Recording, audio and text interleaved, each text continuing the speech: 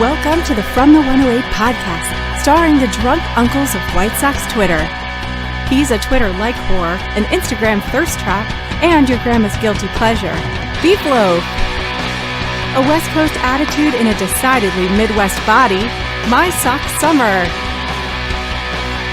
And your host, he's sharing obscure music thoughts to give you time to hit the bathroom, Teresa E.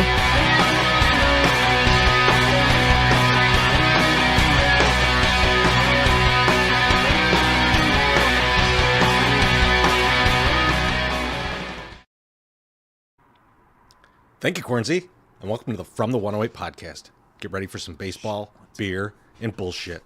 And remember the drinking rules. If Beef Loaf says allegedly or references a meme, you drink. If My Sock Summer mentions his time on the West Coast or doesn't know a player we're talking about, you drink. And if I swear or say, here's the thing, you drink. Also, you can make any of us shut the fuck up for 5 whole minutes for tipping $5.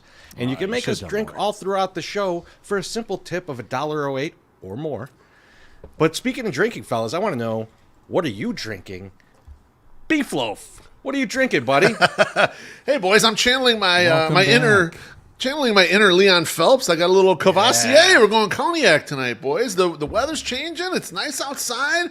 I got the sleeveless shirt on, and I got a little Cavassier, boys. Cheers. Cheers. It's Cavassier. Cheers to Leon time. Phelps, too. Leon Phelps, new member of the Star Wars world, man. I didn't realize that. Yeah. Yeah, Tim Meadows was in one of the recent episodes. He looks great, by the way. What a step down in his career. Yeah, he does. The guy looks younger than me. He's probably like 10, 15 years older than me. My Sock Summer, what are you drinking? I saw Tim Meadows one time walking into a Cubs game. Him and his boy. Now we all hate him. Yep. I'm drinking, which may be one of the worst decisions I've made, but I've said, fuck it. I'm doing it. I'm doing the single barrel New Rift tonight. That is that's 113 proof. There we go. So, yeah. Great start. So, had a taste, and now I'm on my first drink. So, it'll be great. I'm doing this in celebration of some guy named Dave Williams being in our chat tonight. I forgot to mention that it's only $20 today to make MSS talk for 5 minutes. Oh man, we're gonna get piled up. Only 20. Everyone's got $20 for that. I don't know. Let's get nervous already. I don't know if we need that. I don't know. We do need that. I agree. I might get in there and super chat us. Oh, God. I still don't know how to do it because I don't have Apple Pay. Teresa, what are you drinking in your 9-inch nail shirt, you bastard? Look at I am drinking a off-color beer for tacos. Nice. Ooh, this is a great beer. I like this one. This is a good. I feel like it's warm out. In fact, it's unseasonably warm in my office right now. So I'll probably break a sweat during this. But it feels like it's time for a summer beer, and I think this weekend is going to be time for some summer beers. I'm ready to go, man. I'm so excited for a weekend of good weather for the Sox, and then thunderstorms while we're in the Sunday soak on Sunday that'll electrocute us. Absolutely, Treasy, are you a little worried though? We got MSS on the 113 proof. Then we got nice weather. Are you worried that some bad things maybe are going to happen to MSS this weekend? He's not going to be in his usual self. Are you worried at all about him? Chat too. You know what? I think he blew up and there he is. Yes, we got it. We got the two back to back. We're back to back. All right, we'll spread these out for you, buddy. We'll spread these out for you. But we're gonna shut up. Let me get this going for you. Thank you, Mr. Hand. Bless you, Mr. Jesus Hand. H. Your 5 minutes starts now. 5 minutes. All right. Well, I'll just do my banter. I don't know.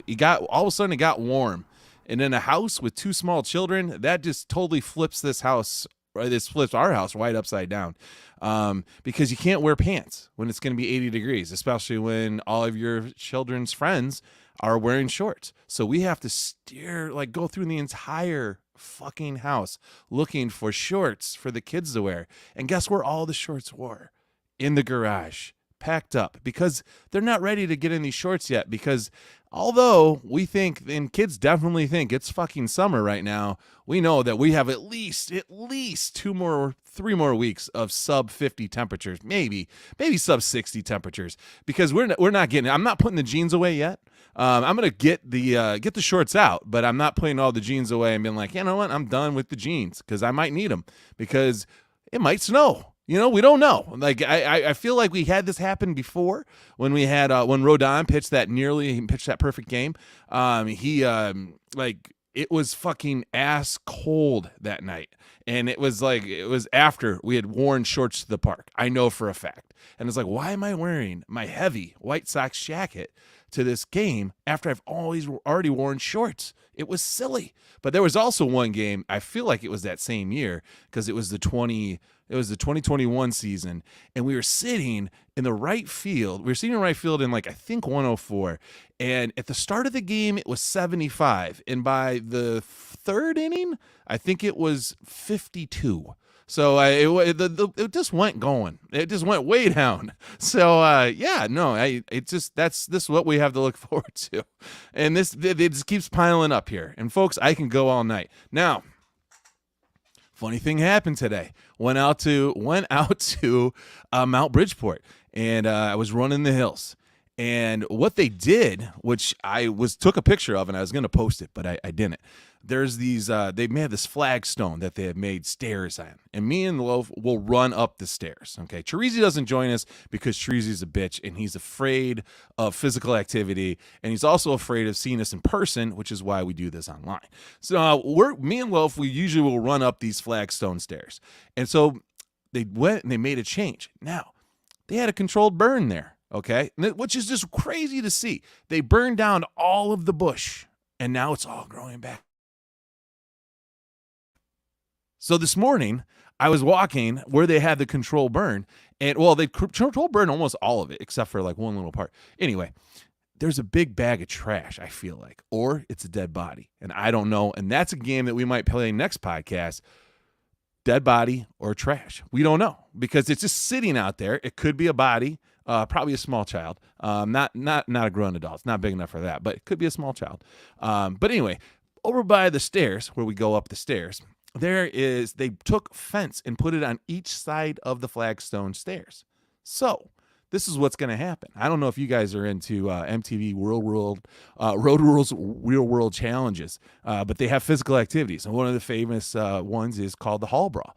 And this is a legit park hall brawl. So I cannot wait. So there is a 60-year-old Asian lady who is coming down the stairs all gingerly, and all of a sudden she sees this big nose just come piling up, and hearing this guy heavy breathing right behind him, and we just smoke this lady right out of the fucking hall brawl while we're going up the thing. And I think it's gonna happen. It's gonna happen. She's gonna go right over the edge and into the brush like this, and you'll be like, oh no. And we're like, poor old lady. But you know whose fault it is?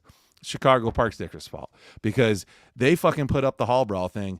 We're just participating in what they want us to do, which is murder each other. So hey, we're doing good. Also, what else did I do today? Clean the garage. Apparently I was actually, let's start with this. This is a good one. The other day, we put some the glue straps, those little glue strips in the garage, because sometimes we'll get a little rat in there. That happens. It happens. So anyway, we go. So I was walking into the garage. Hadn't been in there for a while because I went home to Sterling, for the Easters, and then been parking outside because it's pretty nice outside. So we're like, fuck it. I go over into the corner, and on one of my glue traps is a fucking rat. And I'm not talking like a little mouse. I'm talking a rat. This motherfucker was there, and he'd been there for a while because he had no eyes. And if there's no eyes, they've been there for a while. So I was like, holy shit. But it still scared me, even though I knew he was dead, because it was just sitting there, and it was so big. So I went and I pushed it just to make sure it was dead, because I'd had this happen before where I'd pushed what I thought was a dead rat, and he was not dead, and he fucking jumped on me, and I was not happy with it. It's off the 5 minutes. All right. How much we got 3 more. I've got the other ones. I will deploy them when necessary. Okay. So we've got to move on. Great job, though. Was that bad? MSS. Was it bad? I thought it was actually I pretty enjoyed good. It was beautiful. Everyone I'm loves better it, than I actually. have been. You know? You killed how many people? Did you eat any of the people you killed? Not yet. No. We'll get to that I'm later. barbecuing Yeah, them. that's I'm right. going to smoke them not very for nice. Sunday soak. Sunday soak, Beef. and put them on a nice bagel and cheese. Beef, welcome back, buddy. How you doing? I'm good. I was going to talk about my vacation, but fuck that now. We're on a different stream. What I want to tell you guys is Chipotle can keep my fucking $18. I'm never going there again. And let me tell you why, wow. okay? I'm at the $18. office. Yeah, I'm at the Strong office. words from you. I almost never eat lunch, but when I do, I want to order lunch somewhere I can go pick it up real quick and come back with it, right? So that's why Chipotle fits in. And people are like, that Chipotle sucks. I know, it's fast food. I'm not comparing it to like authentic Mexican food. It's just fast food, okay? I'm just getting it. I always order, and then I go pick up the bag or whatever. It's nice and easy, real fast.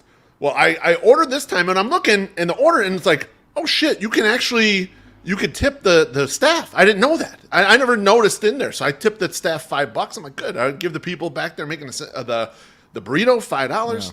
I go to pick up my order at my usual spots, right by Presidential Towers. And it's mobbed in there. And there's 50,000 bags sitting out, which I look to see. None of them are me. And none of the people standing around have theirs either. And apparently the system had gone down. And the guy told us, he's like, look, we're having some problems here. He goes, if you already paid, you can take your phone, your receipt, and get in line. Well, guess what? The line's fucking gigantic. I don't want to get in that line. That's the reason why I order ahead for this shit, right? So I'm like, I'm not ordering this. I just leave. I went back to the office, and I get on the little chat with the customer service for Chipotle. Now, I'm a loyal orderer. I order all the time. And I tell them, this is what happened, blah, blah, blah. And the person on the other side says, you know what? Too bad. Your food was ready, so fuck you. And they ended the chat. They didn't even offer me anything. They ended the goddamn chat and told me to fuck off.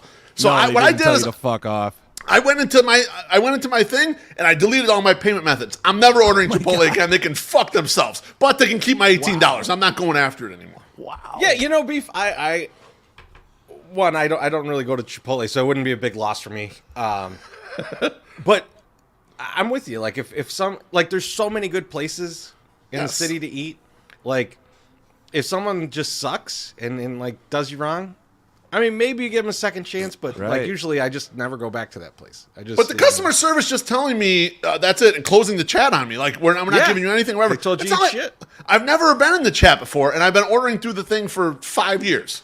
And not once have I even asked for anything. This time I come with a reasonable thing, and nope, goodbye. We don't care. Kiss our asses. That seems MSS, weird. I wish I could have been there though to see someone talk to a loaf like that. Like we would have enjoyed it. We would have or chat too. Chat. We would have enjoyed it. Like we would have liked to seen his face. Because I'm sure his eyes almost popped out when they just closed it on him. I wish I could have screenshot it all, but they closed the chat. The chat was just gone. They were just like, bye. All right, you don't get nothing. Wow. You know what? Maybe you weren't being clear. Maybe you need to be better and clear with these people, and maybe they'll give you your money back, because it's been my experience that they just give you whatever you ask for. But I've never been in the Chipotle complaint. You know what? I'll try to use the level of clarity you just used in those 5 minutes we talking about yourself. I'm sure it'll do much better for me. I'm trying to be entertaining, not get my $18 back. It's been a rough week apparently. Bud Light lost 4% of their sales, and Chipotle lost at least 14% or 4% of their sales. $18 of their sales. Thanks, Brendan. Cheers. MSS, good luck with that. Brendan. Yeah.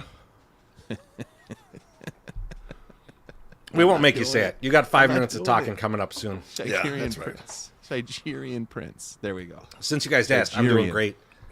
I'm sorry, I was fired up. I'm sweating over here now. What's up? I'm a little fired up too. I'm a little fired up too because I'm just perusing the internet today, looking for whatever, and didn't want to come upon this. Yeah, so this guy from the Phillies, I don't know if you're familiar with him, Matt Stram. I don't know how to say his name. And actually, after this, I don't care how to say his name. I hope he does bad for the rest of his career. But he says he's on some podcast, and he says the reason we stopped selling alcohol in the 7th before was to give our fans time to sober up and drive home safe, correct? No, Strom said on the Baseball Isn't Boring podcast. So now, with a faster paced game and me just being a man of common sense, if the game is going to finish quicker, would we not move the beer sales back to the 6th inning to give our fans time to sober up and drive home? Now, my question to you guys is, if this guy is a man of common sense, would he not realize that if you are hammered drunk and not able to drive home, that 30 minutes, no matter where it is in the game, is going to matter? Like, does he has this guy never gotten drunk, and or like is his only experience like watching movies where a guy gets like shit canned and then like has a cup of coffee and he's like, I'm fine now. Yeah. Cold Like, that's the shower. only guy could- Just wide awake hammered after that cup of coffee. Yep. That's all that is. Man. I'm like, what the fuck are you talking? Like this, it's like the most idiotic thing. And then, but the fact I saw it in a tweet, and like so many people were like, he's right, he's 100% right, but it's all about the money. And it's like, no, No way. yes, I could agree that the teams want to make more money. That's why they're going to extend the drinking, right? Yeah. They want to make more money, but it's not going to affect that. Like, if you're drunk, you're fucking drunk, man. If you got drunk in the first 6 innings of the game, you are drunk after the game. Right. Like, That's right. Yeah. I can confirm that. Yeah. Like, I don't know what people are doing in Philly that they sober up in 30 minutes. I think some people in the comments have pointed to it. That's right. But that's not being sober either. Let's just be straight, So I'm just like, I saw this and I was like, what the fuck is this guy talking about? And the fact that he like talked down to everybody, I'm just a man of common sense. No, you're not. I love the guys who are like that, who they're like, oh, I'm the pragmatist of the group. It's like, You're a fucking fuck you. asshole. You're an asshole nice who's guy. talking down to me right now. That's what you are. I feel like we debunked this in the last one that Loaf wasn't in, where it's always been about time. It's never been about literally the 7th inning. Like, it's just because they would cut sales in the 4th if it was 2.5 hours into a game. That's right. So, like, I mean, it doesn't even matter. Like, they're just doing something, but now they're like, oh, well, now it's just pace a game. We're just going to do. No, you've always done this. You know So why it's about you can time call it in whatever Chicago? you want, but Because they don't just work at our park. Like, Yeah. these vendors got to get to another park. So you can't keep them till the 9th inning because they're just going to leave and go to Wrigley or go to Soldier Field or go to the United Center. or go for a concert or whatever the fuck they're Yeah, doing. exactly. So, like, there's nothing about it, like, trying to, like, we just, hey, we saw you had too much to drink by the 7th. And we know you got to drive a car full of kids home. So take Right. 14 minutes and then you'll be fine. It's like it's like they got Coca-Cola. breathalyzers on the way out of the parking lot. Let's get the fuck out of here. Like, come on. Yeah. See, I mean, that's got to be. There's some. Thank you, Go Dougie. ahead. I appreciate Thanks, the $5 back. I appreciate that, my friend. I assume that like there's like some like statistic, some actuary like figured it out. Like, hey, this is when you need to stop serving, so you won't be able to be sued as Right. greatly as normal. It's more right? about Like, liability than they're like, anything, This is all about that, because when you're playing with your MSS when you're is playing with internet alcohol with a bunch of people, it's just like, hey, you got to Yeah. fucking figure it out. Yeah, And this no, is what I get it. happens. And there's is. nothing you can do about it. 7th inning, they cut it off. Wouldn't have mattered. It would have been the same result. Nothing you can do. Yeah, I didn't drink in the 7th. But yeah, I mean, like, hey, if you're gonna drive to a game, be sober. Don't count on please. the park telling you when to stop drinking. That's right. Get And drunk then on you'll the be fine train. to drive. It's your responsibility, not Take the the Metro. park's responsibility. That's on you. Us, Pay more we're for an Uber. walking. We can get drunk. And honestly, if Right. you're driving anywhere, drive a fucking Mazda. MSS. Let's talk about some Mazdas. Let's do that. I was not ready for that, but I'm going to do it right now. I forgot that I'm supposed to do that. Baseball is back, and what could be better than showing up to Lobby than behind the wheel of an all-new Mazda CX-50 from Mazda of Orland Park. The 2023 Mazda CX-50 is here. An instigator of curiosity, the 2023 Mazda CX-50 starts below $27K and features a panoramic moonroof and a towing capacity of 3,500 pounds. It combines all the best features of your favorite Mazdas with the new innovation, sleek design, and a tremendous capability. As the weather warms up, so do the road trips. And if you have kids, you gotta keep them entertained. With the onboard Wi-Fi, you can share your adventures with friends and family, access weather forecasts, or stream your favorite content. Want to know more? Head on over to www.mazdaverlandpark.com and browse their online inventory. Right now, there are over 120 new and Mazda certified used vehicles for sale. And while you're there, you can also request more information about specific vehicles, value your trade, or inquire about financing. Whether you're from the Chicagoland area, Northwest Indiana, or Southeast Wisconsin, they would love to have you visit and test drive a Mazda today. Mazda of Orland Park, home of the Zoom Zoom Nation. 8910 West 159th Street, Orland Park, 708-444-3200. Zoom Zoom. Man. Loaf, That was your first time hearing that. How did you think? I mean, I liked it. I was in the comments last time, so I heard it before. He was grooving over there. I was watching your show before just to make sure you guys didn't fuck up too bad without me here, and you did a good job. I got to give you credit. You know? I mean, first of all, go fuck yourself. Second of all, it's time for White Sox. Hell yeah, baby. All right, I love the Band-Aid. Great call on the Band-Aid MSS because the first thing we're going to talk about here is our guy TA7. He's out for 2 weeks, 2 to 4 weeks. We'll see what that ends up being. I'm sorry, not 2 plus 4, not 2 plus 4 weeks, 2 to 4 weeks. And I think the first question to you guys, and what I'm going to need MSS to expound on for 5. No, I'm just kidding. This could get interesting. No, my first question, you guys, is you've seen the play. Are you pissed at Hanser Alberto for the play, or are you just pissed at him in general? How are you guys feeling about Hanser right now? I'll start with Beef since he hasn't talked much. I don't know that I'm pissed at him specifically. When I'm because injuries happen, people collide, whatever.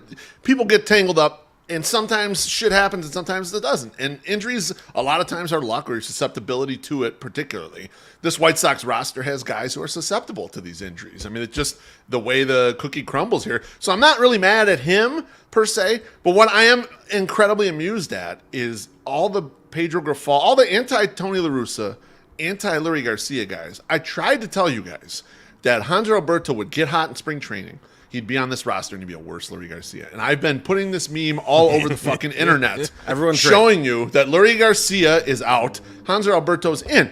And what does he do? The first game he's in, he screws a play up royally, right? Yeah. Then he hits a 3-run homer.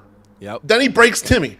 That is totally a Lurie Garcia game if I've ever seen one. And people are like, oh, this didn't age well after he hit the 3-run homer. I'm like, oh, no, it did. Because every time you'd be so pissed at Lurie, he'd do something good, and you're like, okay, I'll forgive him. And then the very next night when we're doing the playback MSS, exciting game, and it comes into the 10th inning, and he scoops the ball up on a bunt, and he throws it right off the guy's helmet, and it goes off the net for the victory for the Twins. Yeah. He just like... He's a comedy of errors. I don't hate him because how could you hate the last guy on the bench? I don't hate Cliff Levingston, okay? This doesn't matter. But it's funny watching everyone get twisted about him again when it's like you just got rid of the guy you hate, Lurie Garcia, and now you're bringing in this guy, and it's like it's the same bullshit. Like originally, I was not mad. Okay, and I read the question as, am I just mad at him in general, not because he hurt Timmy? Am I mad that he hurt Timmy? Absolutely. I mean, but am I mad at him in general? I wasn't initially. Like, I was like, no, I'm not mad at this guy. Like, it takes time to adjust. It takes time to, become a Major League Baseball player. And then I looked at his baseball reference page, and he's been in the league since 2015. And then my head starts to smoke. And the smoke comes out of the ears. And I'm like, how did he make that fucking play where he threw off the guy's helmet? I'm all going, oh, he's just not used to doing this. It's hard for him. No, he's fucking he should have made that play like 17 times already in his career. He knows what he's supposed to do, and he didn't do it. So, no, I'm not very happy with him. I am angry. And I don't like the fact that he's there. The only thing that he gives us over Lurie is like maybe a little power, maybe some power, like here and there. No, he doesn't have power. But even still, like he doesn't have any. Like he's got 1 year where he had 12 home runs, and every other year it's like 2. So like he doesn't have it. So the throw off the helmet too, MSS. Remember, we're doing the playback. We're all like, oh, I can't believe that. And we watched the replay because you thought, okay, maybe this was just like a bang play, and it was inevitable. Like it was right there with the bat. No, he was going to be out, and it was just he threw it up the line and smacked it off the guy's head like ridiculously. It was like this is such a too stupid exciting. play. Like, Came too quick. Should have had X-Men up on his head, and it would have been fine. Beef, after hearing MSS talk about Hanser Alberto and his surprise at his age and how long he's been in the league, I almost want to ask MSS to do 5 minutes on what he's been doing instead of paying attention to what me and Beef Loaf have said in our podcast. In this podcast, exactly. And reading our blogs about Hanser Alberto. Well, I definitely didn't read the blogs. Just don't press MSS too hard on this stuff. Like, what? He's not supposed to. What is he supposed to know about the White Sox? What the fuck is this? A White Sox podcast? But Hanser Alberto. It was just like a late Damn. edition ad. It's like, hey, this guy's coming along. He's going to hang out with us. Okay, cool. That was like basically what it was. I wasn't like, I'm going to go check out his stats and see how many times he's played here. I'm like, I don't give a fuck. They threw him at the end of the same. Like, we've got so many things going on there. I didn't need to fucking look at it. Don't worry about it. Fuck you. I was just mentioning the multiple segments where we talked about it. We talked to about you. it. I don't know, I But tune you regardless, guys out so sometimes. I'm not terribly pissed at Hanser Alberto. He is what he is, and you know he's in the game. He's probably gonna fuck up at some point, right? Like like even when he came to the team and everyone's like, well, he's a good second baseman. I took a look and was like, no, he's not. No. He hasn't been a positive OAA second baseman in like 3-4 years. So no, he's not a good fielder. But Beef, another question that you had for us here is like, how do you see things going without Timmy? And like, I was thinking about this, and actually this is the worst case scenario for Hanser Alberto, because what could happen here is that Lenin Sosa comes up and plays himself into an everyday spot at second base. I think that's what we should all be hoping for right now. Yeah. Right? If we're looking long term with this team and you want the best possible outcomes for this team, you want Lenin Sosa to come in, take that spot. If he takes that spot, Elvis Andrus moves to the bench, where he plays every position much better than Hanser Alberto. Right. Has a much longer pedigree of being a league average or better player. And he's a better Hanser base Alberto. runner, too. So, like, Alberto's not even fast. You can't even he's bring got- him into pinch run. He's slow. He's got nothing going for him.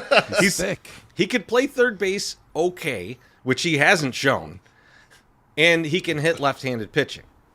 yeah. Elvis Andrus does those things too. Like it's not that much of an upgrade over. So like this is a bad scenario for Alberto if we see Lenin Sosa come in and demand that spot. So I mean, like he's the guy.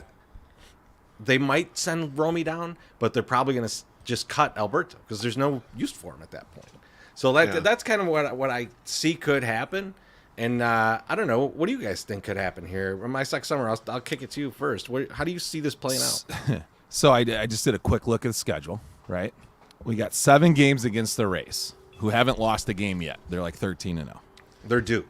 Yeah. Well, they're due to lose some, but we're also going to be there. We have them 7 games. So, like, Timmy's would flex that a little bit, right? But, like, for the most part, we're going to get what we get, right? We're going to get a good fucking team that's going to come in and just play us really hard. So you got to hope for the best. And then we're going to play a second-place Blue Jays team. And the Orioles aren't bad. And we only have one team that we can smack around, and that's the Phillies. So if we can smack the Phillies around, okay, maybe. But I don't think that's going to probably not going to happen either. I mean, I know they got Bryce Harper's up, but they're they not doing did go to good. the World Series. They're not doing They so do good have a right lot now. of injuries. They're not doing so well right now, but who knows? But this team, regardless of year, like Tim Anderson has always improved this squad as long as he's on the field. So it's going to be a rough month. It's going to be rough with the talent that we're playing. We knew this was going to be a hard one, but Timmy's not the only one to blame. We got some other injuries that are like our whole fucking offense is seems like they're just in like fucking flames. But Timmy is going to be sorely missed. Yeah, I mean, like I see people kick into the injuries, like our offense is banged up, things like that. So are the teams we're playing. Yeah, like the that's Twins. true. Like Correa didn't play for the Twins. Like it's so like they were down their star shortstop too. I mean, they have Joey Gallo was hurt too. Joey Gallo didn't Gallo's play in that out. series either. Like, I mean, Chris Paddock, who they traded for last year, I don't know if he pitched like more than 10 innings for them. Like it's Right. they've got a ton of injuries too. Everyone in our division that's good has injuries. We got to play through them. Beef, how do the Sox play through this? Yeah, it's interesting. Like I was looking at the roster, Treasy, because you're talking about Lenin Sosa getting some run.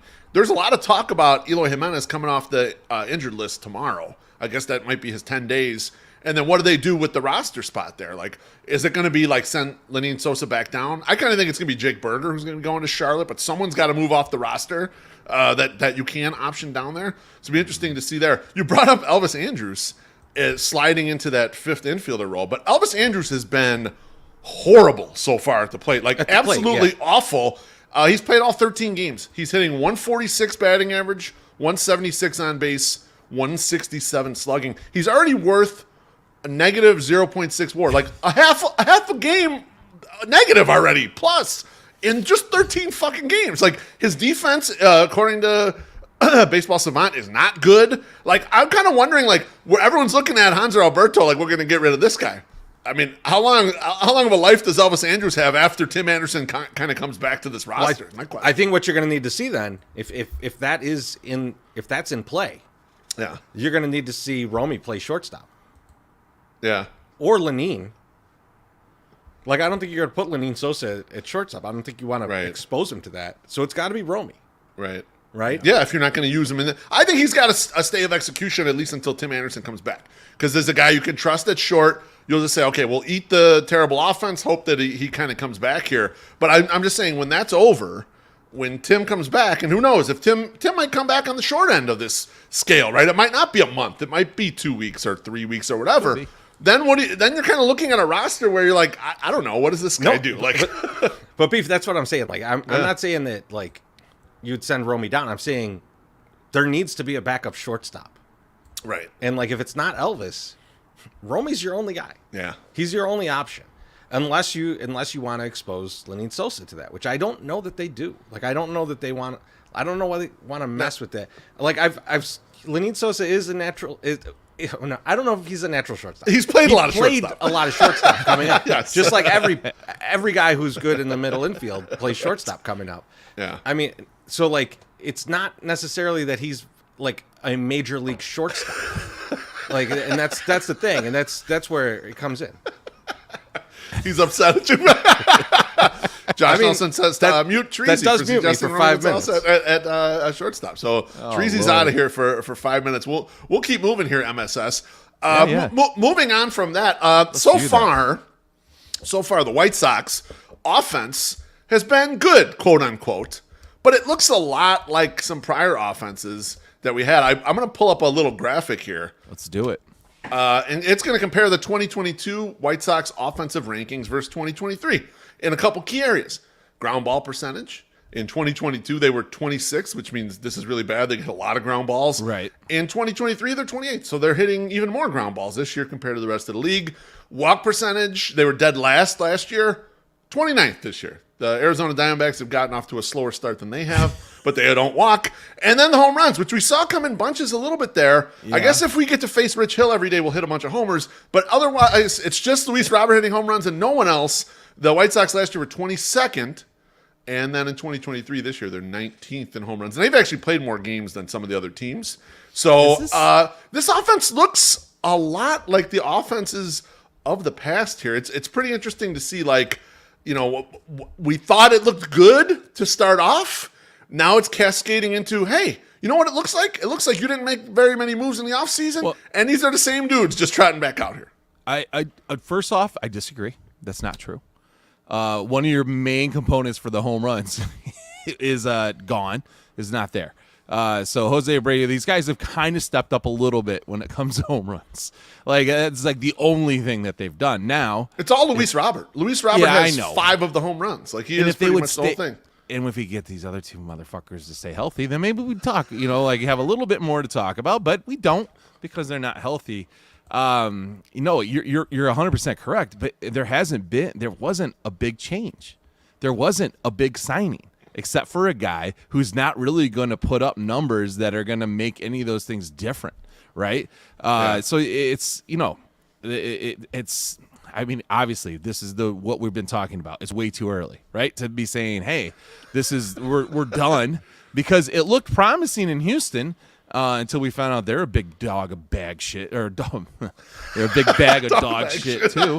And then all of a sudden, then they're like, oh, maybe those weren't the best ones. But yeah, I don't know. My thought on this. Career year and stay healthy. The problem with this team is right now you have, like, the 3 guys that are down.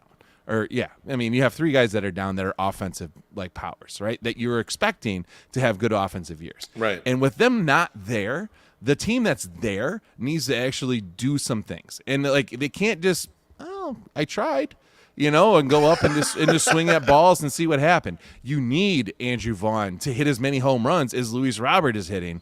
That would be great. Like if he started off and started doing some of that. But a lot of these guys can't do that. So let's just get on ball. Let's just get on base. Let's be selective at the fucking plate and actually get some walks like you're suggesting and actually only 29th in MLB walk rate. That's I mean, God.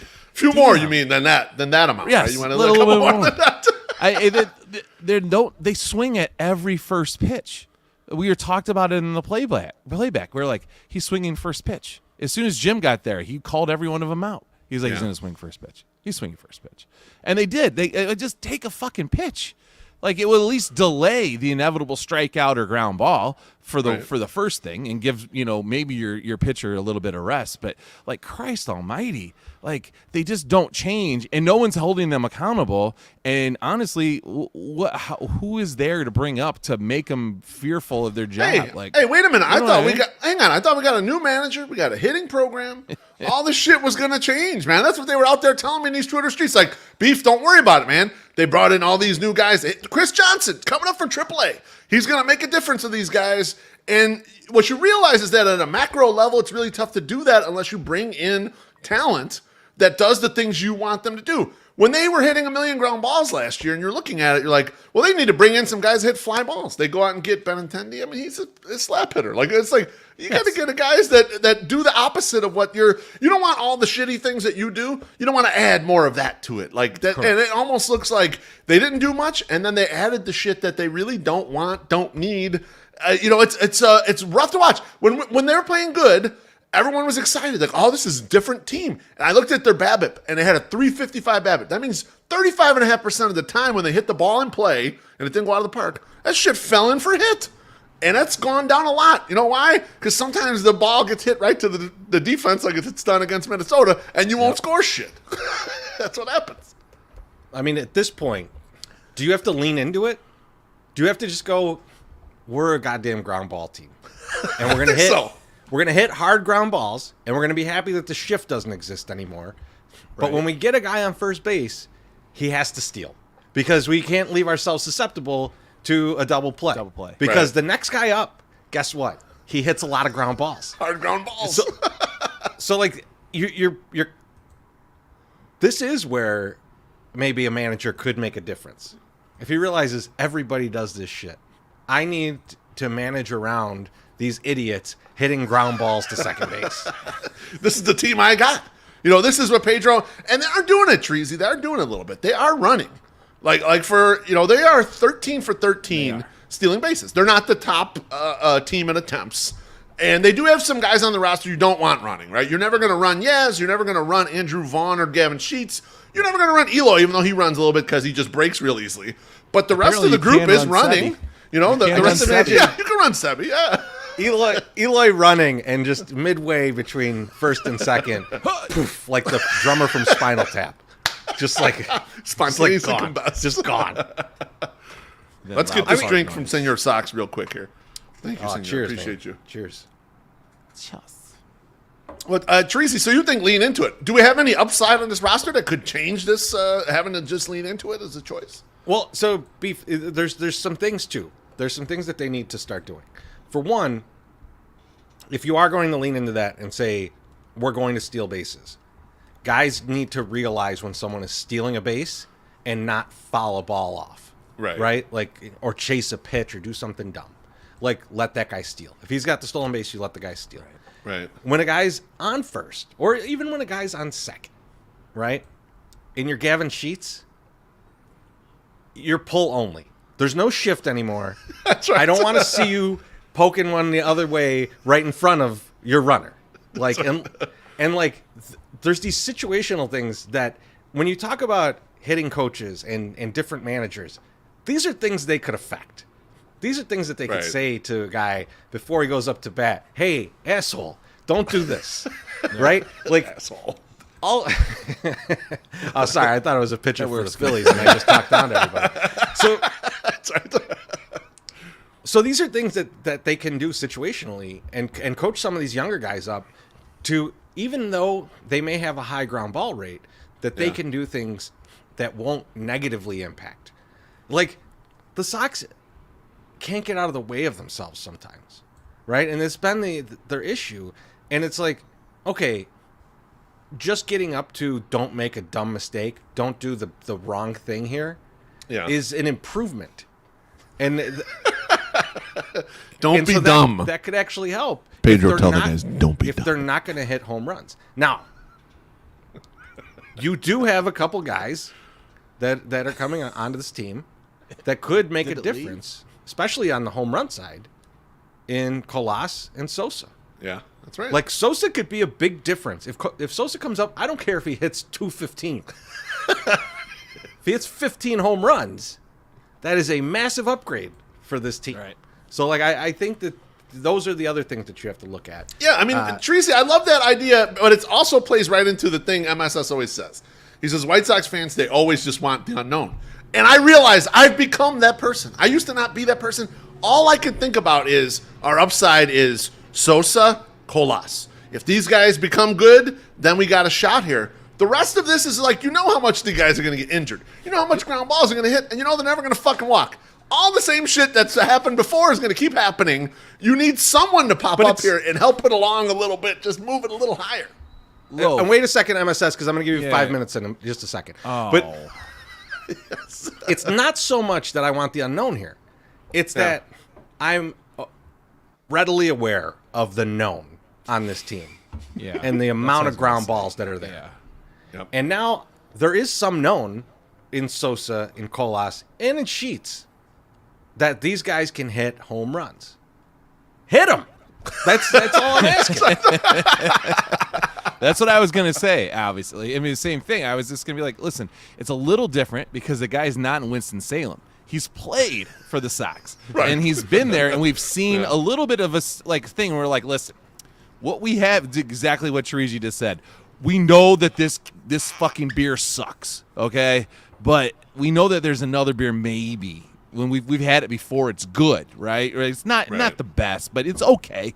It's better, but like, let's just try it different. At least it's not Oktoberfest. You know, give me the Vienna Lager. Let's not drink the Marzen bullshit. MSS, I do got to say that I will give Sox fans credit. I've been on Twitter quite a bit these past few days after Timmy got hurt. Not one fucking peep of where's Colson Montgomery. All right, and I'm proud of Not yet. Good work by everyone. Proud of you, Sox Twitter. I'm proud of you. Cheers, I Brian. have not seen that. Cheers, Brian. Thank you. Oh, I was like, what the fuck is Loaf drinking? And then I was like, Cavatier. I want to get to this comment real quick. White Sox Sal says, do you miss Menachino Magic? I don't, but the funny Still thing here. when he left was everyone's like, well, it's going to be all different now. And I don't think people realize like what a hitting coach could do. Like if you're looking at what they could do, what they could kind of put together, you should be looking at Romy Gonzalez, who fucking sucks so far. You should be looking at Oscar Colas, some of these young guys that they might be working with to change their swing. Guys that are already like professionals that have been successful, they're not going to be taking a lot of coaching to change a bunch of shit up. So like you got to look at the guys who are kind of on their way up, or a guy who isn't good, who is looking to make a real adjustment to their swing. Like a guy who could probably use a little adjustment is Eloy. He could probably use a little bit more hitting the ball in the air because it's 50% ground balls.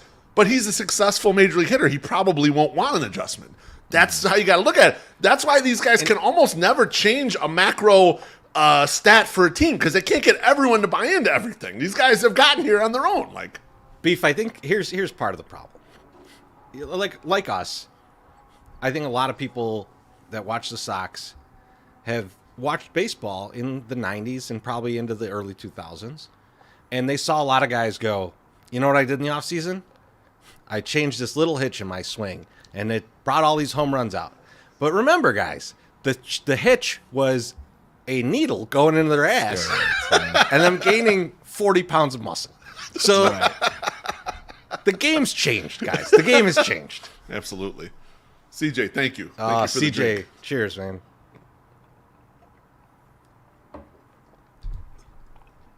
All right. Now, before we get into the next segment here, we have we have some bills owed. There's some super chats, and we're gonna get to the next one from Gordo. He would like to get 5 minutes of your time, MSS. And I'll give you a topic to go off on. Okay. I want to hear. Okay. You could spend about a minute on each of these. Give me your 5 top concerts you've ever been to. Oh man, 5 top concerts. I'll say this first. Well, not in no particular order because I don't want to do that. But I saw the Smashing Pumpkins in Davenport, Iowa, at the Palmer Auditorium, which is it's a chiropractic college, and they have an auditorium there. It's all cement floors. They play basketball and whatever, and they host major fucking league concerts. And we saw the Smashing Pumpkins there. Primus has played there. Soundgarden played there. Nirvana played there. Jane's Addiction played there. Like just like the best of the best of when it comes to grunge. And we saw the Smashing Pumpkins there on the Siamese Dream tour, and holy motherfucking shit. Like just hearing only Gish and only Siamese Dream is like great Smashing Pumpkins show, because once you start getting anything past the double album and even half of the double album, it's total dog shit. Take it from me, a guy that's seen them all around in a lot of different eras. They were not fun after the double album. They were just not as much fun. So that goes on the list. I went and saw the Tibetan Freedom concert. I think it was in 99 or 98 at Alpine Valley. And it was Rage Against the Machine backed up against Run DMC and the Beastie Boys. And I know I've talked about this before because I said, I watched Rage and was like, holy fucking shit, how is anybody going to follow Rage? And then Run DMC came on and I was like, holy shit, how is anybody going to follow Run DMC? And then it was the Beastie Boys, and they followed them, and they kept the energy high, but Run DMC was one of the best live acts I've ever fucking seen. And I was too broke to buy any music or any beers or anything then, so I wasn't even hammered. So it wasn't even like the drugs were kicking really good at that point. So that's probably my number, probably like one of the other ones. It's another fucking great show. I saw Ben Harper before he got all weird at the Metro, and that was fucking dope. I went and drove into the city and saw local faves, Liquid Soul at Navy Pier, and then drove up to the Metro and watched Ben Harper, and he fucking ripped. That was great shit. I do know where Tibet is, I think. It's in Asia, so we're good. So anyway, so I saw Ben Harper at the Metro. That was really good. Man, I saw. Now, see, this is where it gets weird, because I saw a lot of shows and I didn't appreciate some of them. And a lot of the shows that I saw were Alkaline Trio in like small venues when they were on their way up, because they used to play at NIU all the fucking time. And holy fuck, like I did not appreciate those shows. But saw them in small venues, and they were good, but not. It wasn't like something that I was like I remembered it. Man, so we're at 3. I saw Cracker. It comes to mind. That was really good. Cracker was fun, and then I'm gonna go with like. There was this band at NIU. And they used to play at Otto's every, I don't know, second month on a Saturday. Generations. And it was just a bunch of covers, right? And they were really good. It was just fun. It was a fun time. Watch them play. I'm trying to think, man. I'm fucking filibustering right now to try to think of like what's one of my like 2 more like really good shows that I saw. You know what I'm gonna blame? I'm gonna blame the fact that we don't have Loaf, that's the thing, though.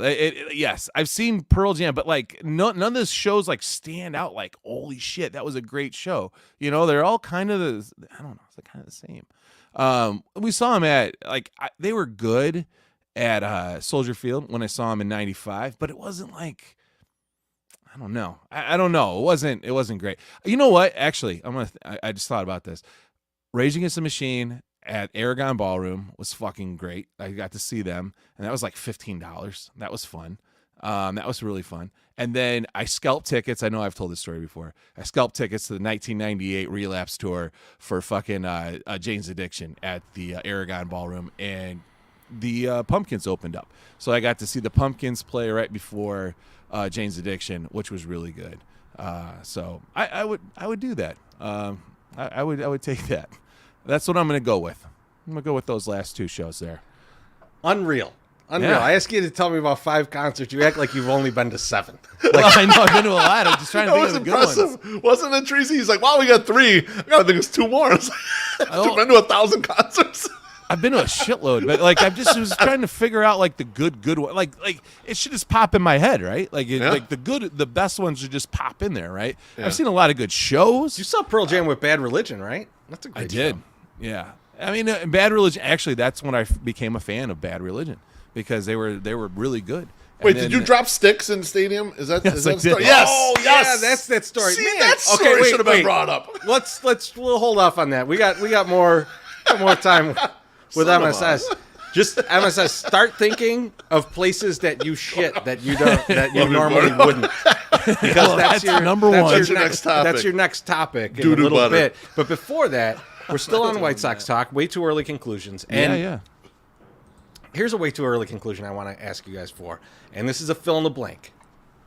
Blank starting pitcher is washed. Beef. Give me it. Baby, it was looking a lot like Lucas Giolito was washed. Like the Houston start was a little sketchy. Like it was ended up being okay. He absolutely got clobbered by Pittsburgh. It's like, Pittsburgh, who? Like they just kept unloading on him. Like you hit all those home runs off Rich Hill, didn't matter. Like he just kept giving it all back to him. And then he goes out yesterday and pitches well against the Twins. Should have given up no runs. If Gavin Sheets wasn't out there rolling over for a fucking treat like a dog, he would have given up nothing. Jesus Christ. And so he's the guy who most has looked washed to me, only because people bring up the confidence with Lucas Giolito a lot. And I'm not a big it's a confidence thing, but he is the type of guy that has the type of repertoire where he has to have the balls to throw the parachute change up at the top of the zone. He has to be able to throw a slider that's not that great and try to get by with it. So there's and he hasn't had his velocity. The velocity's starting to come back now. It looks like he had it on Wednesday yesterday. Yeah, he had it. Yeah. So people were saying, oh, maybe he changed a little something about. I don't care. Cheat if you have to, motherfucker. We need it. Okay. Your dad told me you're gonna be good this year. If you got to cheat, you got to cheat. We'll pay. If you get fined, we'll pay for it. We'll go fund me. White Sox Twitter, go fund me. But he was the guy I was most worried about being washed because of how bad he was last year. But it looks like it's starting to turn around. The Twins haven't been hitting that great.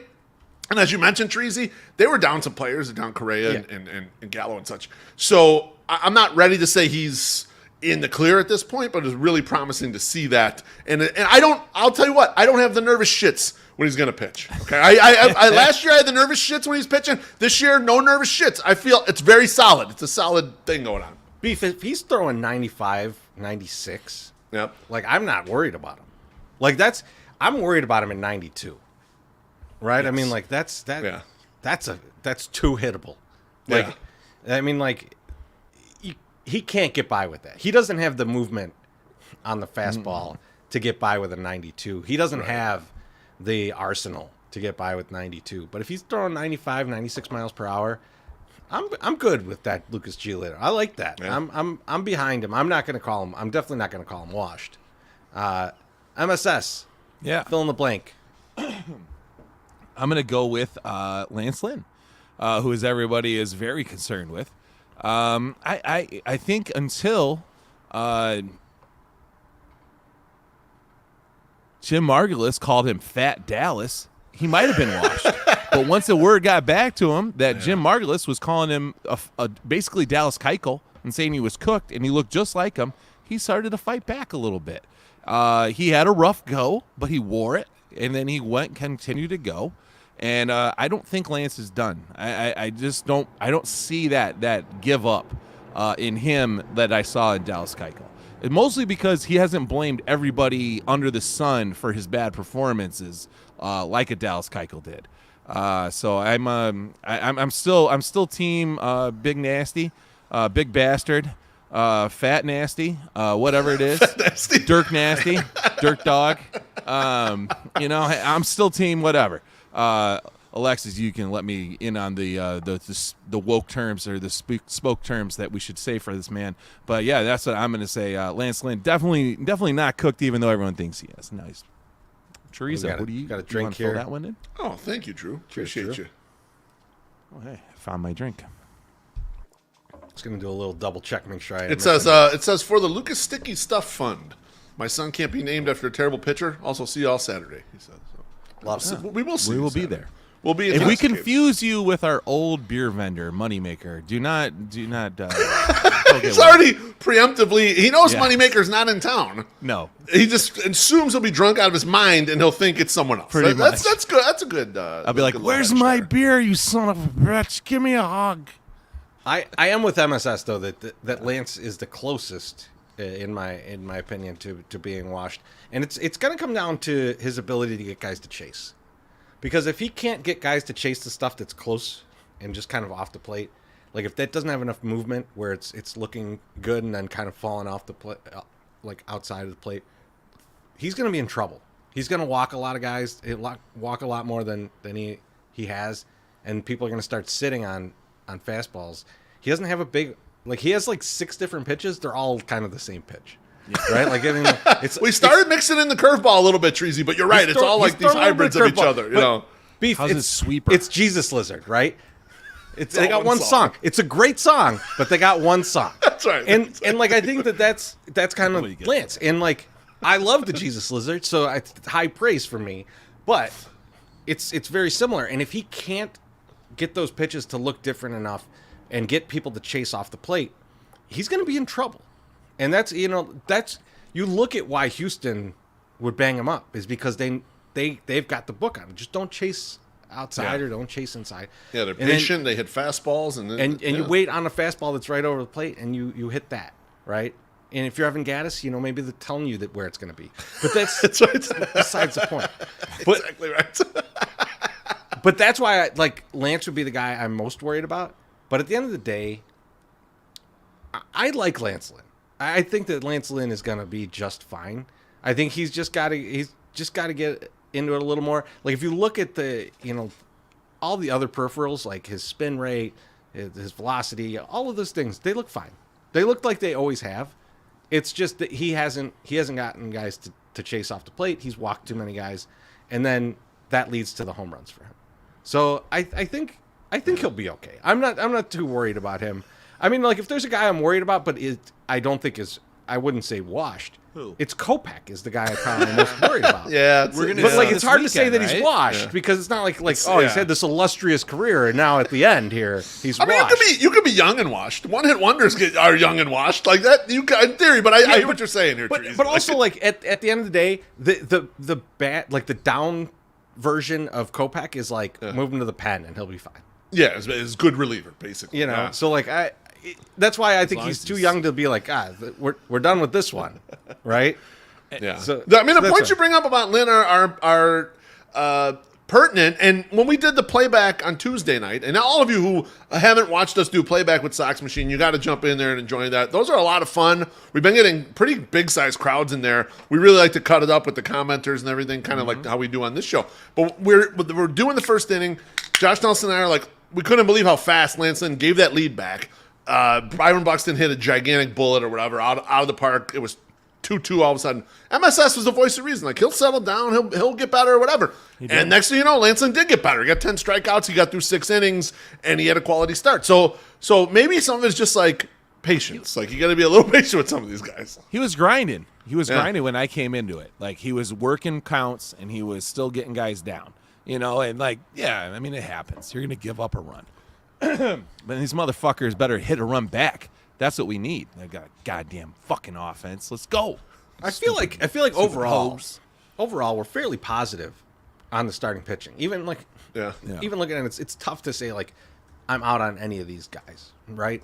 Maybe out on one of them is like a human being, but the other, altogether as pitchers, you're pretty good with them. It's when we go to the bullpen's a goddamn dumpster fire. Beef, you asked the question to us, Like, the bullpen's atrocious. Who survives this bullpen? This is a way tougher question than it should be. Right. Like, you look at some guys and you're like, I don't know. I don't know what's going to happen to this guy. Like, this guy might go to nothing. So let me run down a couple quick stats for you guys before we dig in on what guys are really concerning us. Do you have a chart? The White Sox, I do not have a chart for this, but I should have, because the White Sox ERA out of their bullpen is dead last in the majors. Now, they had a good bullpen last year, so it's not as comparative. They're at 7.01 out of the ERA. They have the fourth worst walk rate. Almost 13% of batters they face, they fucking walk. Jose Ruiz has already been DFA'd. Joe Kelly wrecked his groin ambling out to join a fight. Jake Diekman's been just unterrible enough not to get sent to the glue factory. Okay? That's the group you got kind of like roaming around here. And it's terribleness. I wonder if they'll survive until we can get Liam and Crochet back. I mean, Teresi, who's going to make it? Who's going to be here still? Well, you mentioned a guy that I was like, you know what? It'd be fun if I picked this guy to be the guy that makes it, which is Jake Diekman, right? Yeah. Because I feel Pedro, like, you've seen this before with new managers, right? They come in and they're using their bullpen, clean and slate. You see a guy in that bullpen where they keep trying him in different spots. Like, what is this guy good at? You know, it's like high leverage, no leverage. It's basically with when the Bobs come in office space and they're like, what is it that you do here? You know? What exactly do you do? And I think Diekman's in that. So, like, if they could find something that Diekman's good at, like, I think he sticks around. But I'm gonna go with someone that I don't think he'll be here the whole season, but I think a guy that we're gonna see a lot of. I think this is it's Jesse Schultens, and I think they like him in general. But what the Sox is something that they didn't really keep on the roster. When they put this together, which is a guy who could give you a bunch of innings. Like, if someone flames out in the second inning, Schultens can be that guy that could come in and pitch like 4 innings, right? Like you don't have that really on this roster. Tanner Banks is on the 40. He's probably your closest version of that. And I don't know that they like him better than Schultens or not, but I feel like this is a guy that we're going to see come up and down throughout the year, but he's going to pitch a significant amount of bullpen innings because of what he can do. I mean, like, look at last year. They resorted to Cueto in some of these scenarios, right? Yes. Like, I mean, like, that's how limited they are in this type of pitcher. And you're probably your next best guys at doing that, like, if you were looking at, like, okay, we can make this guy do this, is Reynaldo Lopez, who is your closer. Currently, yep. And then Jimmy Lambert, who's seemingly one of the few high leverage guys they seem to trust. Right? Like, so, like, I don't see you using either of those guys in that role. So this guy, who I honestly, like, don't get it wrong. I'm not saying, like, I've been following this guy for years. You didn't even know who he was a week ago. I didn't. Like, when he came up, I was like, first time I ever heard of that guy. I'm just totally honest with you.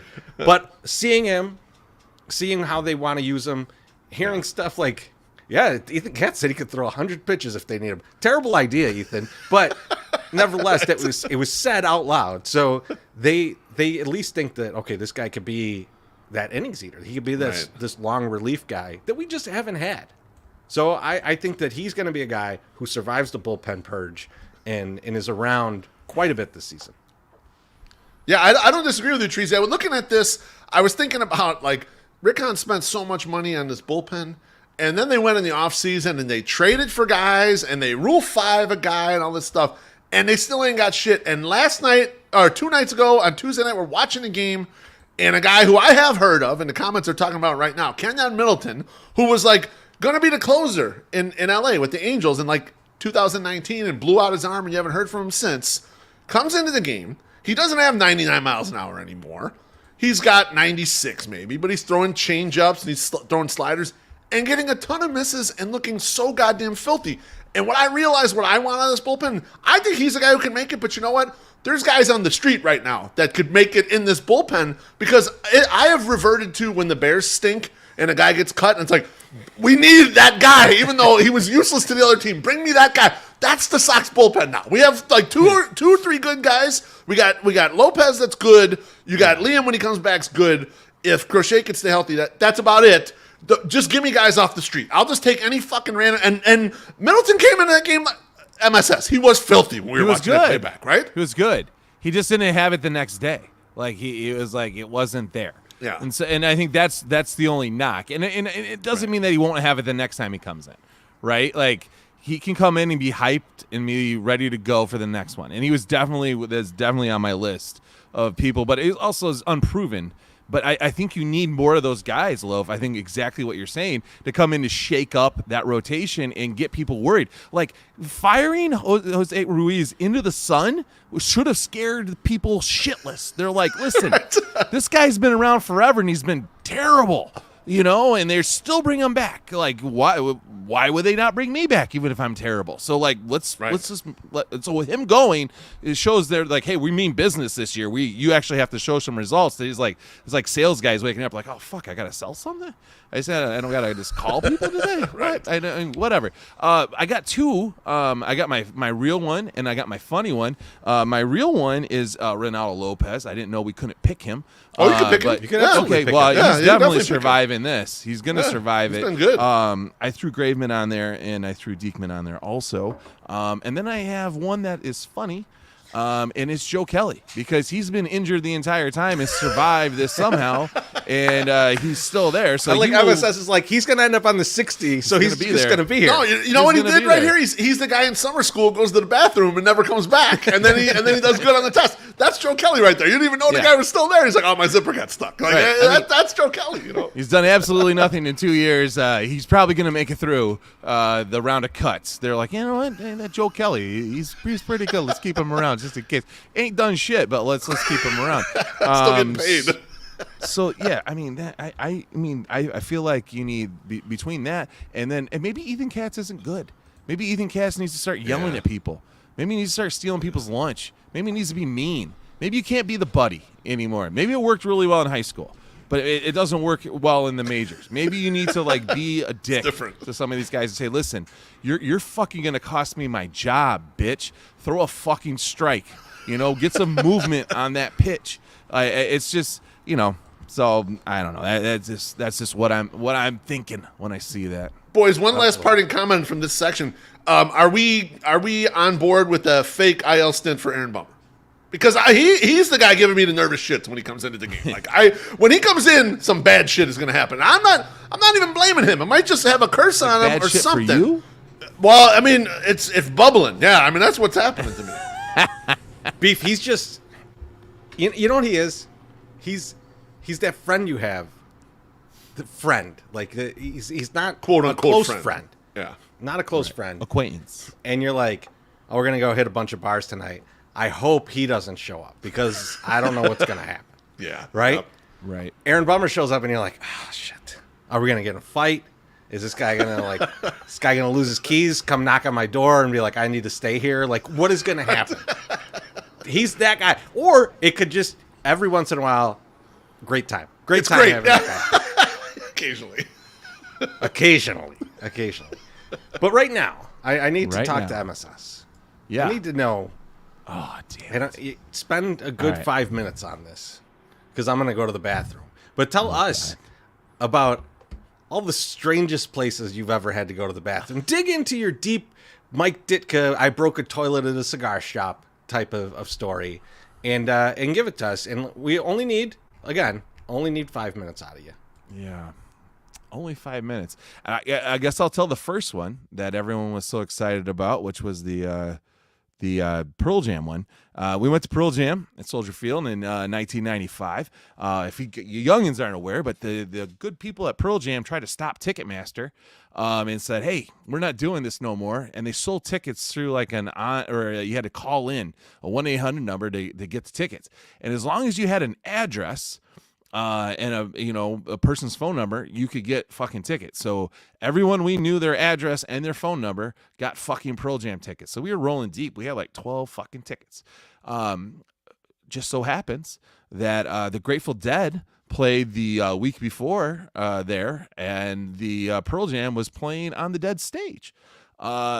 apparently, when the Dead leaves town, their fans don't.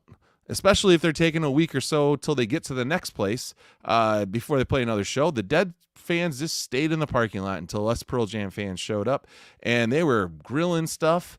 They were filling balloons with this nitrous oxide thing that we had never fucking had before, which is delicious.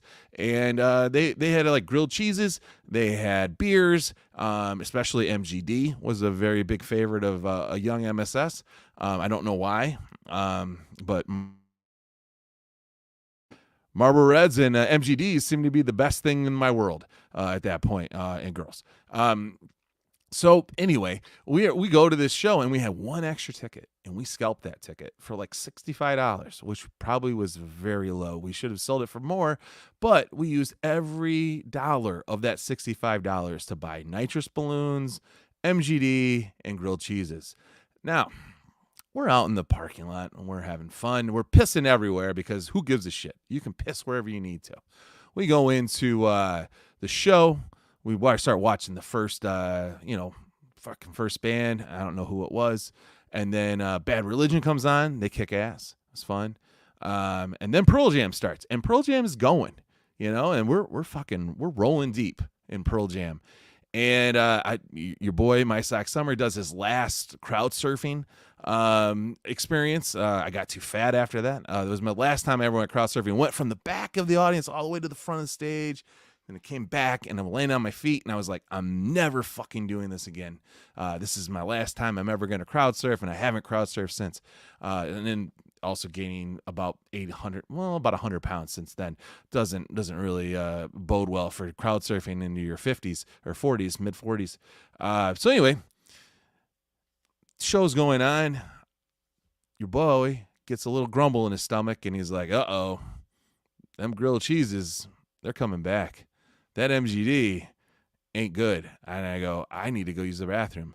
So during some shitty Pearl Jam song that I don't probably like, I'm running downstairs into the bowels of Soldier Field to go take a shit. And I go into a bathroom, just not even thinking, make sure that the toilet looks relatively okay, and just totally unload and feel so much better almost immediately because I just took a big dump. I'm like just sitting there. We don't have phones, so like back then, like when you pooped, when you were done, you were done. You weren't like, oh, hey, I got to check one more thing on my Facebook, something else, I got to go check something, this or that. No, they didn't have to do that. So I went to reach for the toilet paper. There's absolutely no toilet paper. So your boy gets up in his cut off corduroy fucking shorts that I was wearing that my mom had made and hemmed for me. Very nice of her. And I fucking penguined over to the next stall hoping that there is some fucking toilet paper. There is no toilet paper. And I'm like, at this point, I am going to have mud butt for the rest of this concert. Like, that's just what we're going to have. But by the grace of God, when I go into the third stall and reach my hand under, there is fucking toilet paper. And I pull out all the toilet paper that I can and just clean my ass. So great.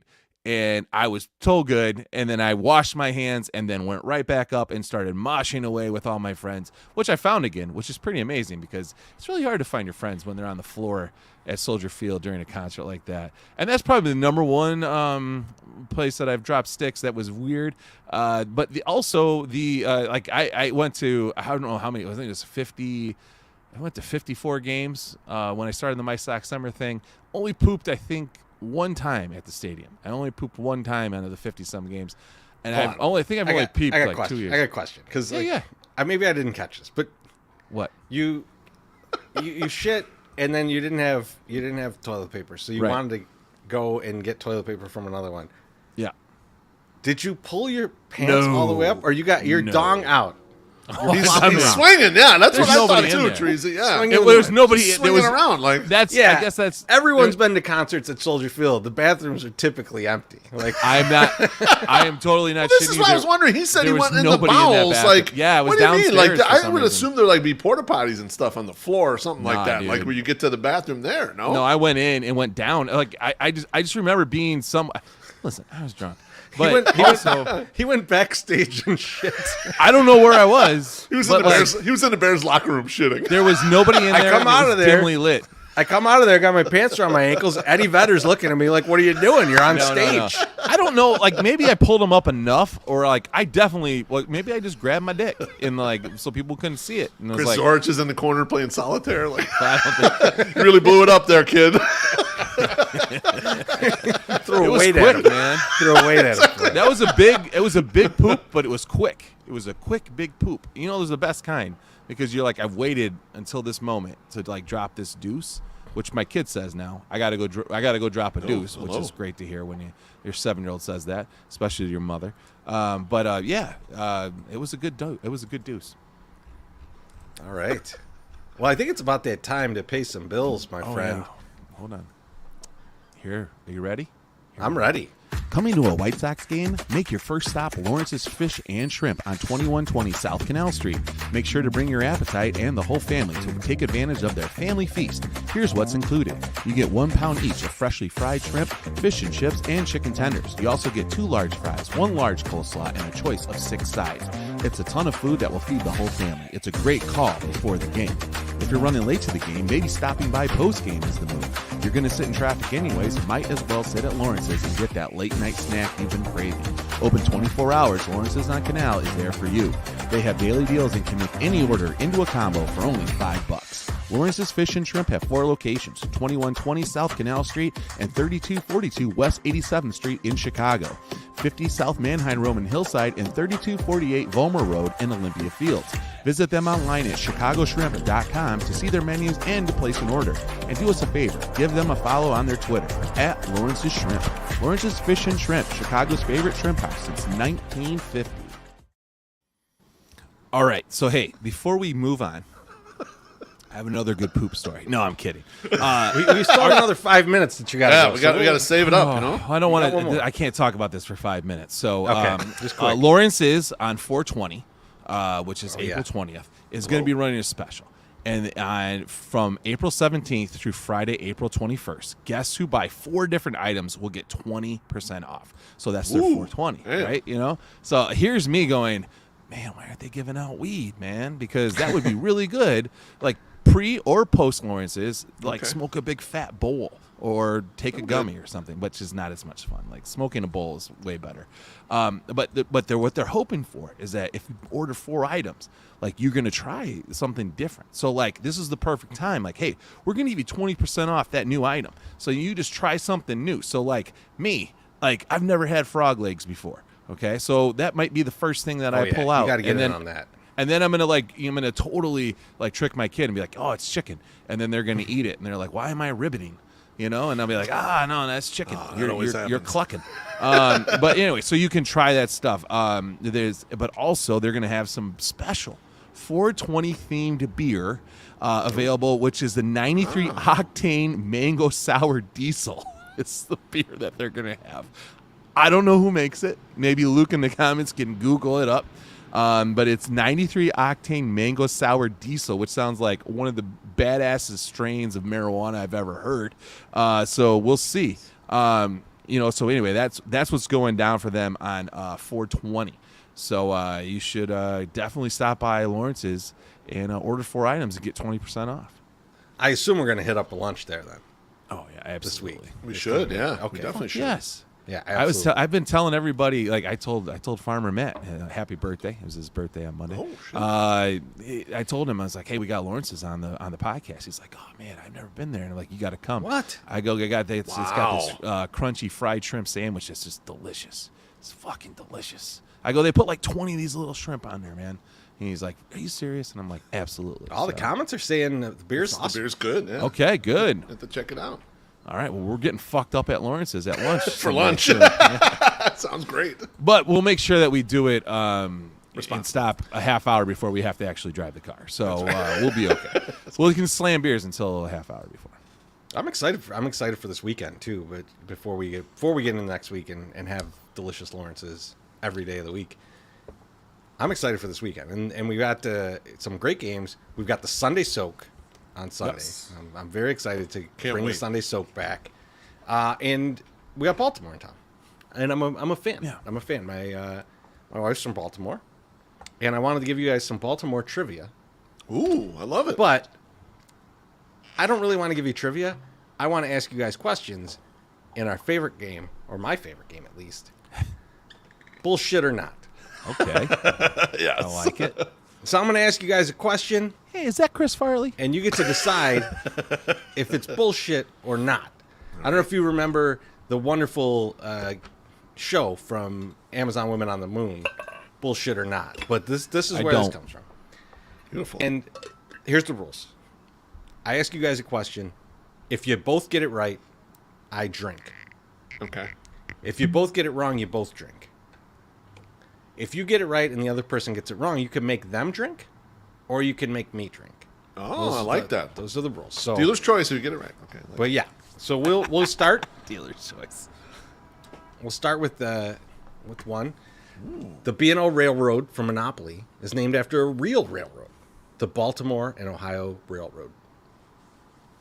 Beef, you first. I'm going to say that's bullshit. I do not believe that. Just because I think it is. I'm going to go with that's totally true. That is totally true. Suck me. Fun fact, I live on Baltic and Ralph Avenue. Allegedly. Yeah, so I mean, like, Eddie Murphy's dad ate a real railroad in this. MSS, you can make either one of us drink. I'm going to go with loaf. I'm going to have a loaf. Have a drink. Bless you. Thank you. Have a drink, my friend. Oh, that looks good. That's tasty. Cavassier. It's cognac, right? Yeah, it's cognac. Yeah. Yep. Delicious, friends. All right. Formerly nicknamed Hardware Capital of the World, the city has long been associated with manufacturing and the steel industry. My Sock Summer, bullshit or not? 100% bullshit. All right. I will Beef. also say bullshit. Yeah, I think that's bullshit. MSS, can you tell me the city that is the hardware capital of the world? Sterling, Illinois. It is correct. Yeah. That is correct. It was Sterling, Illinois was the hardware capital. That would have been so funny if I didn't know that, but I used to work for National Manufacturing, and like they brought it up. They were like, yo, we used to be the hardware capital of the world. And I was like, the fuck? I will drink for that. Yeah, you can have a drink. Nice. Damn. Yeah. All right. That's so funny, right? Isn't it Trying to funny? trip you up a little there, MSS. He was Oh, he was he ain't he gonna was get me trying to on that bait you, shit. baby, but he was trying to. He knew I came was through. gonna He do came that. through. Baltimore was incorporated as a city on February 16th, 1857. Beef loaf. Bullshit or not? I'll say that's true. I'll say that's true.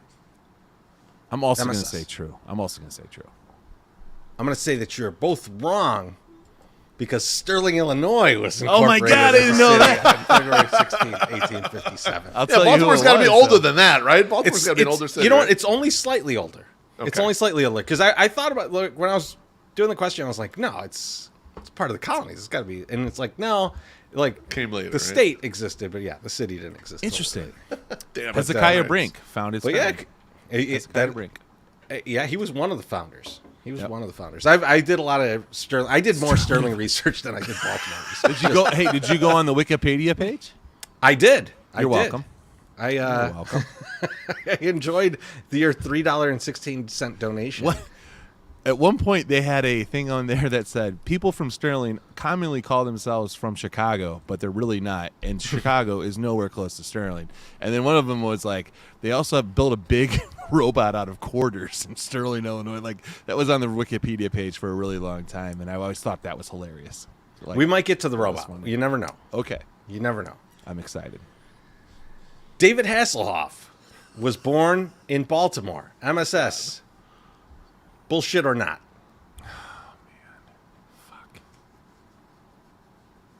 I'm gonna say, true, not Okay, bullshit. so not bullshit. Okay. Beef I'm gonna say this is bullshit. Man, MSS. Right again. He's beloved in Germany, but born in Baltimore. God damn it, man. Take it. That's all be born there. God damn. Isn't that weird? Yeah, just trying to figure out a rhythm. Son of a. It's just two things that I couldn't mentally put together. Look at that hair. That hair can't live in Baltimore. Give me a break. Oh, I dude, mean, that's it. You He probably was hanging out with Larry Sheets back in the day. Yeah, you're probably right. All right. Vinny Testaverde ran in the Baltimore Ravens' first ever touchdown. MSS, bullshit or not? I'm gonna say not bullshit. Not bullshit. Okay. Yeah, I'm Beef. gonna say it's true as well. It seems You're lame. both correct. He ran in a 9-yard touchdown. I can't believe he survived it. That's one on of me, the actually. that's one of the few professional athletes that has a bigger nose than I do. He's Got a honker on him, MSS. Like you love that shit. Was that his last team that he played for? The Ravens? I don't think so. he was played on for the Jets. He He played was for on the the Jets. That was like the last. I mean, Well, in Dallas, I mean, he played on seriously, Dallas. fuck you, at the end, Teresi, too. for saying that our guy Vinny Testaverde was like barely survived the 9-yard run. He played for another fucking team after he played for these He guys. won the Heisman. He didn't right? run. Testaverde? No, I'm just saying. He probably had to run a couple times with a bad D line. You know, I mean, I'm just saying. All right. Here's the last one. After wrapping up filming this scene, kids from the college homes were slinging dope from the orange couch before Wendell Pierce and Dominic West even left the pit. So the picture, if you're not at home, is from The Wire. It's 3 of the actors from The Wire sitting on the orange couch that was always there. Yeah. And it's saying that before they left the set, or even left like the pit where this was all filmed, that people had replaced them and were selling dope there immediately after. Beef, bullshit or not? That is not bullshit. That is absolutely true. MSS. I'm always going to say it's true just because Loaf knows more, and I swear that you. Yeah, it's wild. So this is Wendell Pierce actually retweeted the person that put this story up. This happened, and it was just like just a crazy moment, and like kind of gave him a harsh reminder of what the show was about. But yeah, that's bullshit or not. I got a drink on that one, guys. Yes. But I hope you enjoyed that. I hope you enjoyed it. I hope you had some killed fun. I that hope you game. learned a little bit more about Baltimore, but more importantly, more about Sterling. Sterling, Illinois. I mean, a lot about Sterling. And Sterling has been associated. We drove by. Thanks, Danny. Thanks, Danny. He gave us this drink, Treasy, when you were in the bathroom and MSS was doing 5 minutes. I wanted to make sure we brought it up. We drove by one of the steel mills this weekend, and my kids go, "What the fuck is that?" And I was like, first of all, don't say fuck. Okay, you can say freak, but that's a steel mill. I go, they make steel there, and they're like, wow, what's steel? And then we had to have a huge long discussion about that. But yeah, they're still kicking back there, not like they used to, but yeah, they still make a lot of products back there.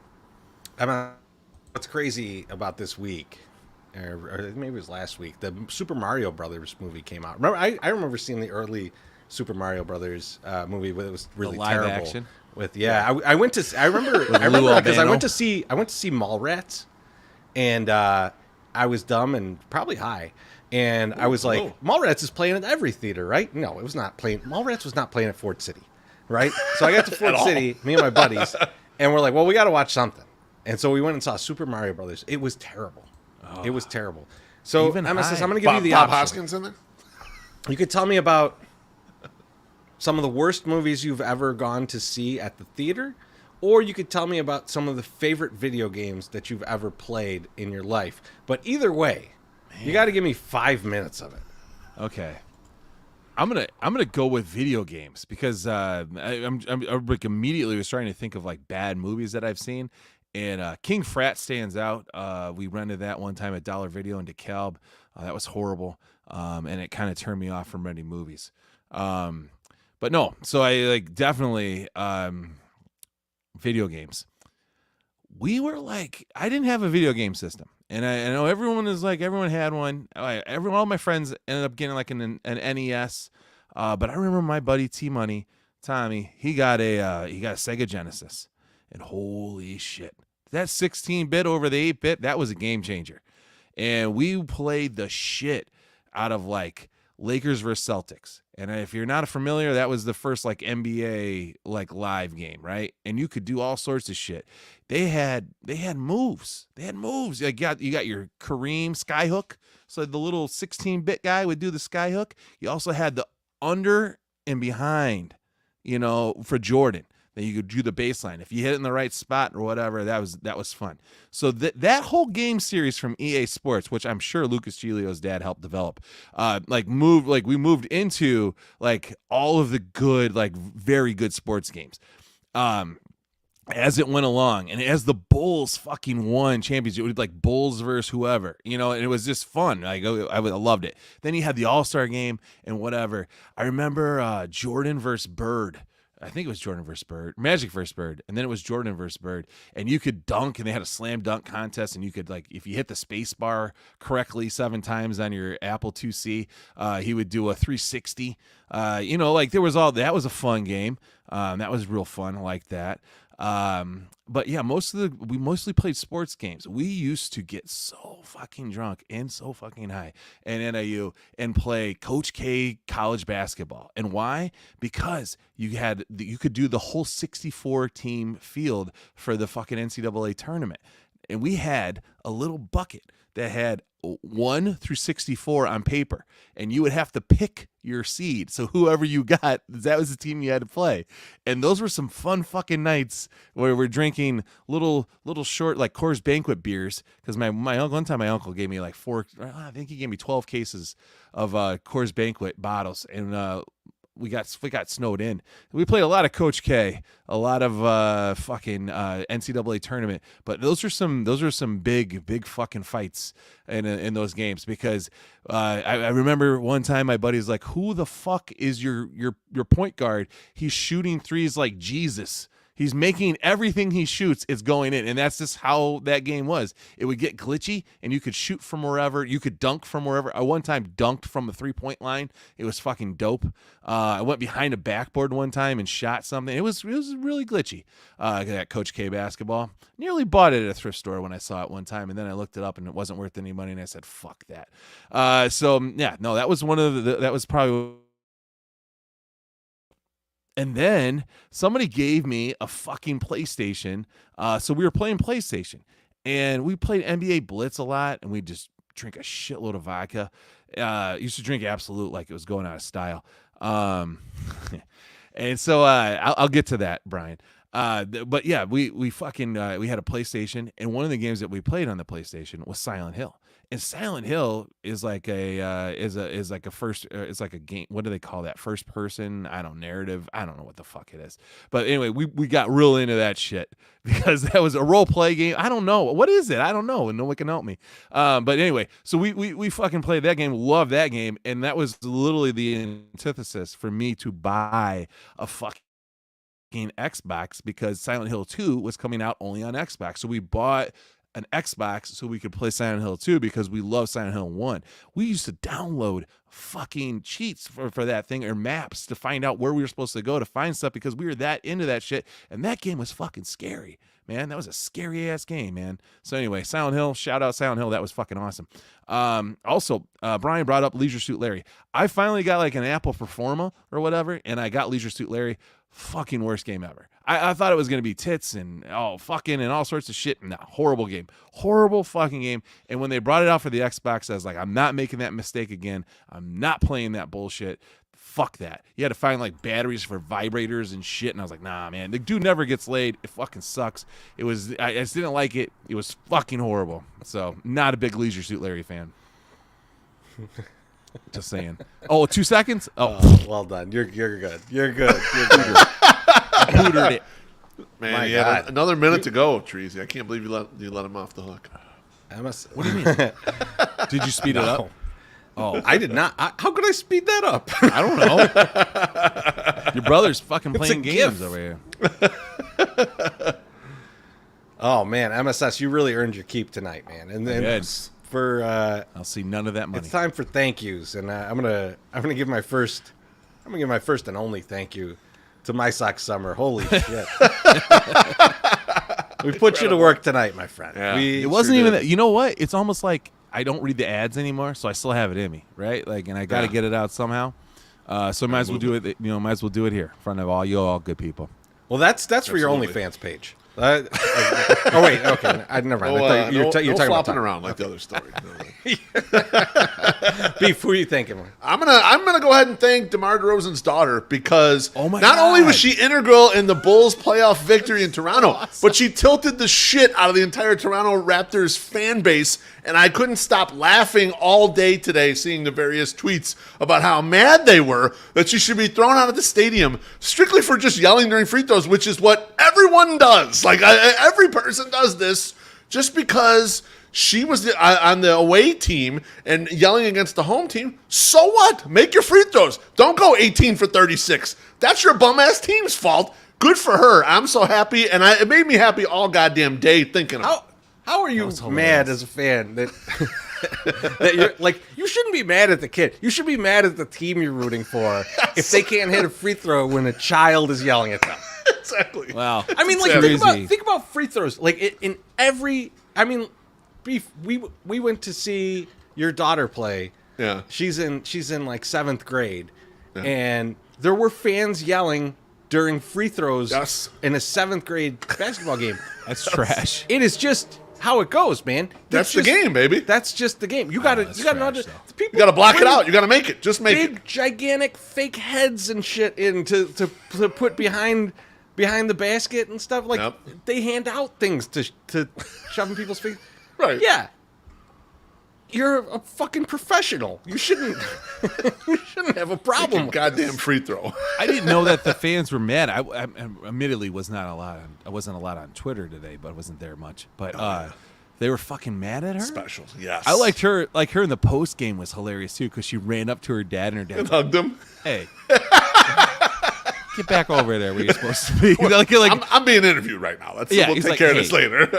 Daddy's making money so you can go to college. So just go chill over there. You had your moment, okay? You don't need it. And I'm sitting there on the couch going, they should fucking interview her. I want to hear what she has to say, not him. I don't give two shits. We've already heard him talk a million times. Let's see what she has to say. Let's see what she has to say. Hey, how'd you do? Well, you like that game? That was a fun game, huh? But that was a riot. It would have been like the Eddie Murphy when they interview Larry Holmes after the fuck HBO. Kiss my ass. I'm gonna go do commercials. She had a sweet jacket too. That was a sweet jacket. No doubt. Oh my god. MSS. Who are you thinking or GFY? You know what? I'm gonna go out from a little bit from like what we do normally. I'm gonna have a prayer, and this week MSS gets us. we're getting I'm praying for ballpark operations this weekend to get their fucking shit together so we not waiting outside for 3 fucking hours for a goddamn sweatshirt or to get into the game, for Christ's sake. I've given up all hope of getting a sweatshirt. Okay, it's probably not going to happen because I'm probably not going to go over there early. I'm going to go have fun. Don't even worry about it. I'm not worried about it. But I need people to get in the stadium at a reasonable rate and quickly and just get in there. Do the job. I'm praying for you. I want this thing to happen right. I want it to be easy and seamless for everybody. I want people happy. I want this. That's what all I'm asking for.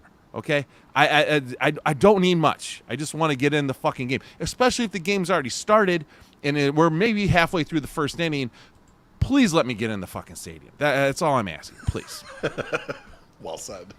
I'll just stay out and tailgate with the bums. Well, I mean, that's what Nice I'm going to do that alternative. too. That's a nice Yeah, alternative. I'm going to do that too. But So everyone, but just same, remember, Sunday, the Sunday Soak is back. So be ready with some questions. I mean, you've been saving up questions all winter. Beef's going to put out the tweet soon, probably tomorrow. It'll be tonight. Tonight? Yeah. Going to put out the tweet tonight. Start asking those questions. We'll get to them on Sunday. And then tomorrow, out of schedule, me and Josh, because there's no way we're waking up on time on Saturday to do this, we're going to try, and we're going to try and fit it in. So it's going to be a work schedule thing. We're going to see how it works. But I think we're thinking like 4 p.m. for the Star Wars show tomorrow. So how drunk do you get for that show? We're going to see. I get drunk enough. Okay. Well, 6:10 start, so that's good. You get a 6:10 little, start. So little liquored up, and you come We're going to through. do it. I'm going to come meet you guys for the game. We're going to go to the game. We will see you at the park all weekend. I cannot there. wait for a full weekend of White Sox with you guys. That one game was just such a tease, man. It was. Such a tease. So we're going to get a full weekend. It looks like it's going to be nice. Bring the sunscreen, Luke. You definitely bring the sunscreen, You fucking Luke. tomato. And we will see you up there this weekend. I can't wait for it. Good night, everybody.